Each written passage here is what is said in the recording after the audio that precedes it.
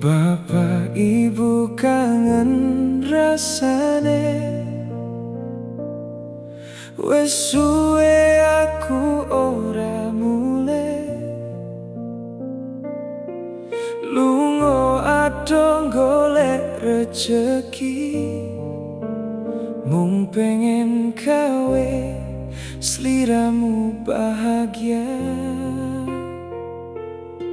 Saben wengi atiku takon, apa kabarmu ning omah kono? Muga tansah diparingi sehat lan tansah ono ing pangayoman Gusti. Saiki aku mulai ngerti tresno wong tuwa tanpa syarat.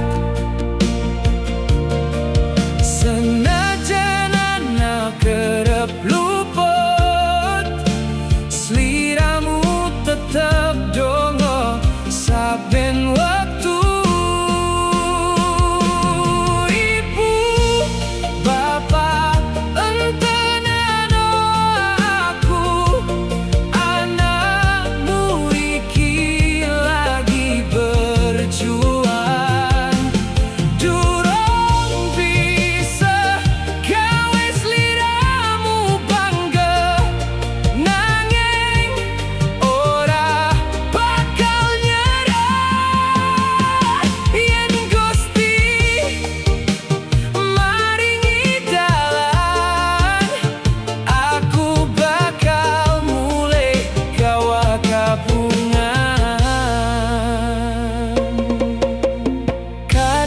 Kesel nyangga urip, nanging eling esemu aku kuat. Saben tetes keringet sing tiba, tak niat kedati bakti marang sliramu.